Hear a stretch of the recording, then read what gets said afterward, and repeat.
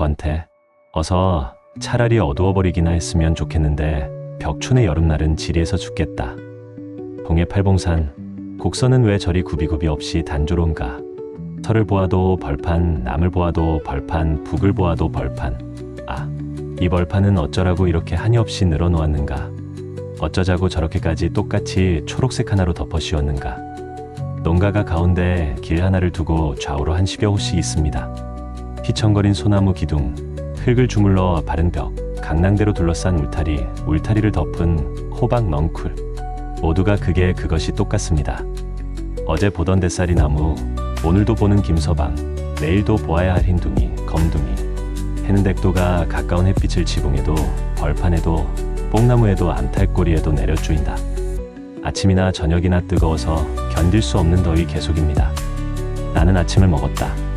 그러나 무작정 널따란 백지 같은 오늘이라는 것이 내 앞에 펼쳐지면서 무슨 기사라도 좋으니 할 일 없습니다. 나는 왜 저 최서방네 집 사랑 툇마루로 가기나 할까? 그게 좋겠다. 최서방은 들에 나갔다. 최서방네 사랑에는 아무도 없나 보다. 최서방네 조카가 낮잠을 잔다. 아, 내가 아침을 먹은 것은 허실입니다. 지난 후이까 최서방의 조카로서는 낮잠 잘 시간에 틀림없다. 나는 최서방의 조카와 몇 번 두면 패가 이긴다. 최서방의 조카로서는 그러니까 나와 장기 둔다는 그것부터가 권태다. 뭘 나 두어 마찬가지일 바에는 안 두는 것이 차라리 낫지. 그러나 안 두면 무엇을 하나. 거기서 할 수 있는 일은 둘 중 하나뿐이다. 지는 것도 권태인데 이기는 것이 어찌 권태 아닐까 싶으랴. 몇 번 두어서 몇 번 내리 이기는 것은 장난이란 10번 지는 이상으로 싱거운 장난이다. 나는 참 싱거워서 견딜 수 없다. 한 번쯤 져주리라. 나는 한참 생각하는 채 하다가 슬그머니 위험한 자리에 장기 조각을 갖다 놓는다. 최서방의 조카는 하품을 썩 하더니 이윽고 웃는 것이 딴전이다. 의뢰이질 것이니까. 아물무렇게 상책 나는 대로 장기를 갖다 놓고 그저 얼른 끝을 내어 저 존만큼 져주면 이 상승 장군은 이 압도적 권태를 이기지 못해 자기 처소에 가버리겠지 하는 사상일 것이다. 가고 나면 또 낮잠이나 잘 작정일 것이다. 나는 부득이 또 이긴다. 이제 그만두자꾸나. 물론 그만둘 수밖에 없다. 일부러 져준다는 것조차 어려운 일이다. 나는 왜 저 최서방의 조카처럼 아주 영영방실 상태가 되어 버릴 수가 없나. 이질식할 것 같은 권태 속에서도 사소한 승부에 구속을 받나. 아주 바보가 되는 수는 없나. 대개 남아있는 이 치사스러운 인간의 유혹이 다시 없이 밉다. 나는 이 마지막 것을 면해야 한다. 권태를 인식하는 신경마저 버리고 완전히 허탈해버려야 한다. 나는 개울가로 간다. 가을에는 너무 빈약한 물이 소리 없이 흐른다. 뱀처럼 앙상한 물줄기가 웬 소리를 내지 않는가. 너무 덥다. 나무집들이 다 축 늘어져 허옇게 마를 만큼 덥다. 열게 더우니 시냇물인들 서늘한 소리를 내어보는 재간도 없으랴. 나는 그 물가에 앉는다. 앉아서 과연 무슨 제목으로 내가 사색해야 할 것인가 생각해본다. 그러나 물론 아무런 제목도 떠오르지 않는다. 그렇다면 아무것도 생각하지 않기로 하자. 그저 한량없이 넓은 초록 벌판, 지평선. 아무리 변화하여 보았자 결국 치열한 고개의 영역에서 벗어나지 않는 구름. 이런 것을 바라본다. 지구 표면적의 100분의 99가 이 공포의 초록색이리라. 그렇다면 지구야말로 너무나 단조롭고 무미건조한 채색이다. 도시에는 초록이 드물다. 나는 처음 여기 도착하였을 때 이 신선한 초록빛에 놀랐고 사랑하였다. 그러나 닷새가 못 되어서 이일 망무제의 초록색은 조물주의 솜취미와 신경의 조잡색으로 앓아 암은 무미건조한 지구의 여백인 것을 발견하고 다시금 놀라지 않을 수 없었다. 무슨 계획으로 저렇게 파란 것일까? 하루 온종일 저 푸른 빛은 아무것도 하지 않는다. 오직 그 푸른 빛은 백치와 같이 만족하면서 푸른 채로 있다. 이윽고 밤이 오면 또 거대한 구렁이처럼 빛을 잃어버리고 소리도 없이 잔다. 이 무슨 거대한 짐승인가? 이윽고 겨울이 오면 초록은 실색한다. 그러나 그것은 남루를 갈기갈기 찢는 것과 다름없는 추악한 채색으로 변하는 것이다. 한겨울을 두고 이 황량하고 추악한 벌판을 바라보고 지내면서 그래도 자살 충동 따위에 빠지지 않는 농민들은 불쌍하기도 하려니와 거대한 바보다. 그들의 일생이 또한 이 벌판처럼 단조로운 권태의 일색으로도 포인 것이리라. 일할 때는 초록 벌판처럼 더워서 숨이 턱턱 막히게 싱거울 것이요. 일하지 않을 때는 권태한 벌판처럼 짓궂짓궂할 것이다. 그들에게는 흥분이 없다. 벌판에 벼락이 떨어져도 그것은 뇌손 끝에 가까운 다반사에 지나지 않는다. 시골 아이가 벌에게 물려가도 그것은 맹수 따위가 사는 산촌에 가끔 있는 신변에 지나지 않는다. 실로 전선주 하나 없는 벌판에서 그들이 무엇을 대상으로부터 흥분할 수 있어야 팔봉산 등을 넘어 철철 전선주가 늘어났다. 그러나 그 전선은 이 촌락에 엄시 한 장을 내려뜨리지 않고 서 있을 뿐이다.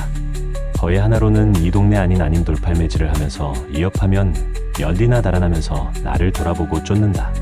그럴 것만 내가 그런 위협적인 짓을 하지 않고 지나가면 수천 리나 먼 데서 온 외지인, 더구나 안면이 이처럼 창백하고 말같이 기치 동지를 이룬 기이한 풍모를 쳐다보면서도 짖지 않는가.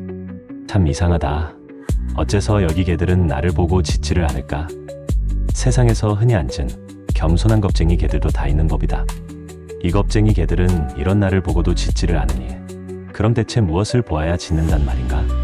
그들은 짖을 일이 없다. 여행자는 이곳에 오지 않는다.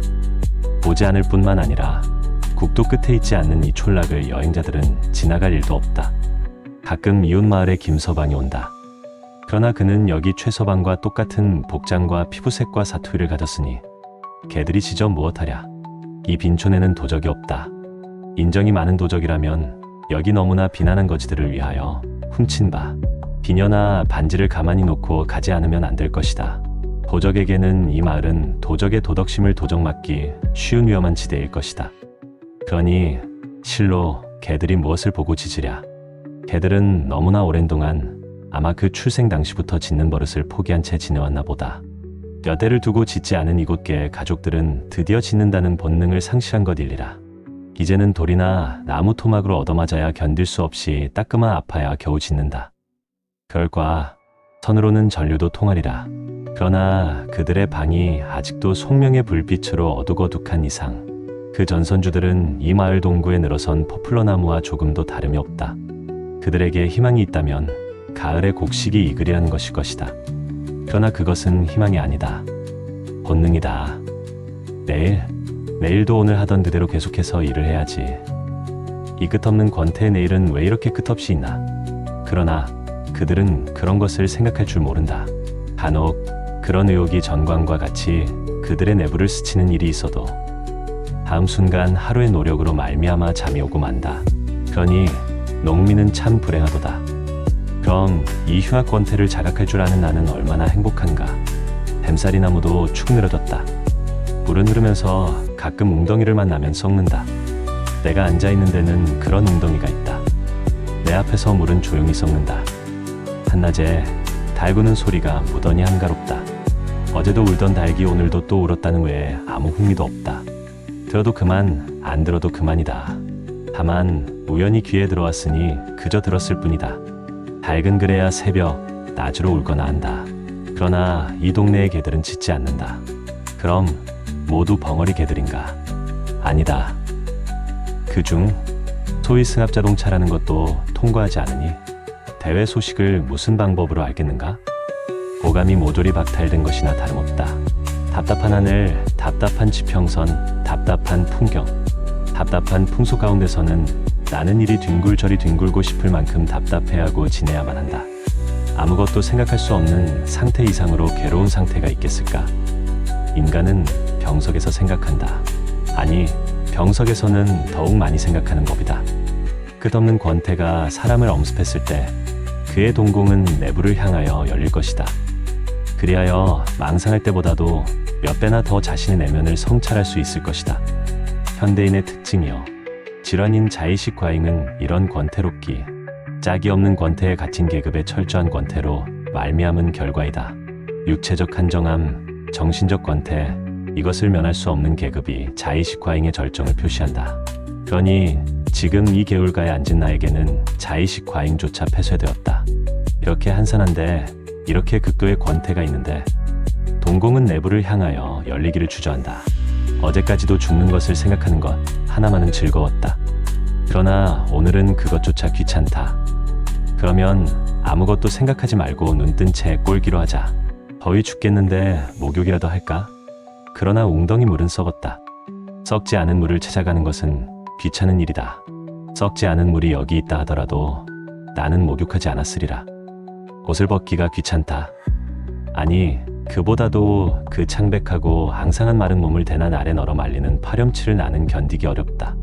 땀이 옷에 배이면 배인 채 두자. 그렇다 하더라도 이 더위는 무슨 더위냐? 나는 내가 있는 집으로 돌아와서 세수를 하기로 한다. 나는 일어나서 오던 길을 되돌아가는 도중에 교미하는 한 쌍을 만났다. 그러나 인공의 기교가 없는 동물의 교미는 풍경이 권태, 그것인 것 같이 권태 그대로인 것이다. 동네 아이들에게도 젊은 촌부들에게도 흥미의 대상이 못 되는 이 개들의 교미는 또한 나에게 있어서도 흥미의 대상이 되지 않는다. 함석돼야 하는 그 본연의 빛을 잃어버리고 그것의 피부색과 같이 붉고 검다. 아마 이 집 안주인이 시집 올 때 가지고 온 것이라. 세수를 해본다. 물조차 미지근하다. 물조차 이 무지한 더위에 견딜 수 없었나 보다. 그러나 세수의 관례대로 세수를 마친다. 그리고 호박 넝쿨이 축 늘어진 울타리 및 호박 넝쿨의 뿌리 주변을 찾아서 그 물을 준다. 너라도 좀 생기를 내라고 나는 그에게 말한다. 땀나는 수건으로 얼굴을 훔치고 툇마루에 걸터 앉으니까 내가 세수할 때 내 곁에 늘어섰던 주인집 아이들 셋이 제기나 받아볼 그 대야를 사용하여 세수를 한다. 개에게도 시급한 목적이 있는 모양이다. 차츰차츰 하류를 향하여 대중적으로 이동한다. 저렇게 개 하류로 가다가 또 어쩔 작정인가? 아니, 그들은 가는 도중에 또 상류를 향하여 거슬러 올라오는지도 모른다. 그러나 당장 하류로 향하여 가고 있는 것이 확실하다. 하류로 5분 후에는 그들의 모양이 보이지 않을 만치 그들은 멀리 하류로 내려갔다. 그리고 웅덩이는 아까와 같이 썩은 물의 웅덩이로 조용해지고 말았다. 나는 그 자리에서 일어나 풀밭으로 가보기로 한다. 풀밭에는 암소 한 마리 있다. 그 웅덩이 속에 그런 명량한 현상이 잠복해 있을 수 있나니 하고 나는 적잖이 흥분했다. 그러나 그 현상도 소낙비처럼 지나가고 말았으니 잊어버리고 그만두는 수밖에. 소의 뿔은 벌써 소의 무기가 아니다. 소의 뿔은 오직 안경의 재료일 뿐이다. 소는 사람에게 얻어맞기 위해 존재하나니 소에게는 무기가 필요 없다. 소의 뿔은 오직 동물학자를 위한 표시이다. 들소 시절에는 이것으로 적을 돌격한 일도 있었다. 하는 마치 폐병 환자의 가슴에 달린 훈장처럼 그 추억정이 애상적이다. 암소의 뿔은 수소의 그것보다도 한층 더 겸허하다. 이 애상적인 뿔이 나를 반길 리 없으니 나는 마음 놓고 그 옆에 있는 풀밭에 누워 소를 본다. 나는 누워서 우선 소를 본다. 나는 소잠 반추를 그치고 나를 응시한다. 이 사람의 얼굴이 왜 이리 창백하지? 아마 병자인가 보다. 내 목숨에 위해를 하려는 것은 아닌지 나는 조심해야지. 그러나 5분 후에는 소는 다시 반추를 계속하였다. 소보다도 내가 마음을 놓는다. 소는 식욕의 즐거움을 냉대할 수 있는 이 땅 최대의 권태자다.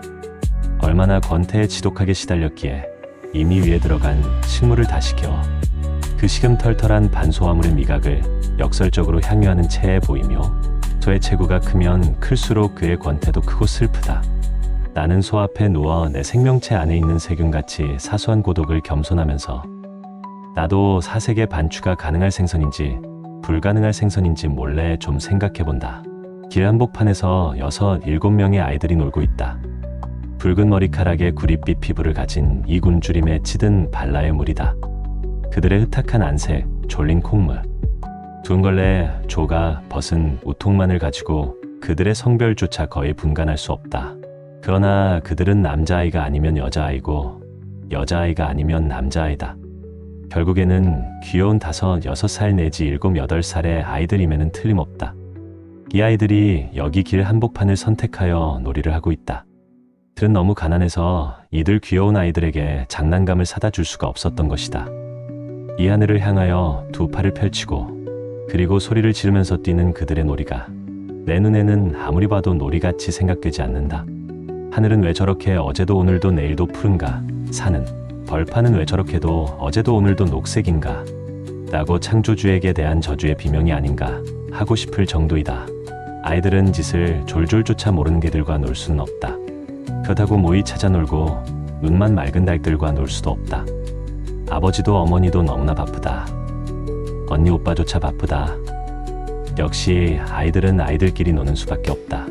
그런데 대체 무엇을 가지고 어떻게 놀아야 하나? 그들에게는 영영 이해가 되지 않을 것이다. 그들은 이렇듯 불행하다. 그 짓 5분이다. 더 이상 길게 이 짓을 하자면 그들은 피로할 것이다. 순진한 그들이 무슨 까닭에 피로해야 되나? 그들은 그냥 심심해서 그 일을 그만둔다. 그들은 도로 나란히 앉는다. 앉아서 역시 어떤 소리도 없다. 무엇을 하는 건가? 무슨 종류의 놀이인가? 놀이는 놀이인 모양인데 이 권태를 위한 작은 인간들은 또 무슨 기상천외의 놀이를 발명했는가? 5분 후에 그들은 서로 비껴 앉으면서 하나씩 둘씩 일어선다. 제각기 대변을 한 무더기씩 깔아놓았다. 아, 이것도 역시 돌멩이를 주워온다. 여기는 사금파리도 벽돌 조각도 없다. 여기 사람들은 금이 간 그릇조차 버리지 않는다. 그러고는 돌을 뜯어온다. 풀, 이처럼 평범한 것이 또 있을까? 그들에게 있어서는 초록빛 풀의 물건이란 풀을 말할 것 없는 이 세상에서 가장 심심한 것이다. 그러나 알 수는 없다. 식물에서 무엇을 즐기든 그 자체가 금기이니 풀밖에는 가지고 놀 것을 찾을 수 없다. 돌멩이로 풀 짚고 두들긴다. 푸르스름한 풀이 돌에 염색된다. 그러면 그 돌과 그 풀은 땡겨지고 또 다른 풀과 돌멩이를 가져다가 똑같은 짓을 반복한다. 한 10분 동안이나 아무 말도 없이 이 잠자코 이렇게 놀아본다. 뿐만이면 권태가 온다. 풀도 심심하고 돌도 심심하다. 그러면 그 외에 무엇이 있나? 없다. 그들이 일제히 일어선다. 불하나 있는 흥분도 없고 충동의 재료도 없다. 그저 앉았으니 이번에는 일어서서 보았을 뿐이다. 일어서서 두 팔을 높이 하늘을 향하여 쳐든다. 그리고 비명에 가까운 소리를 질러본다. 그러더니 그냥 그 자리에서 제자리 뛰며 쿠당쿠당쿠당 맞고 뒤진다. 그러면서 그 비명을 함께 질러댄다. 나는 이 광경을 보고 그만 눈물이 났다.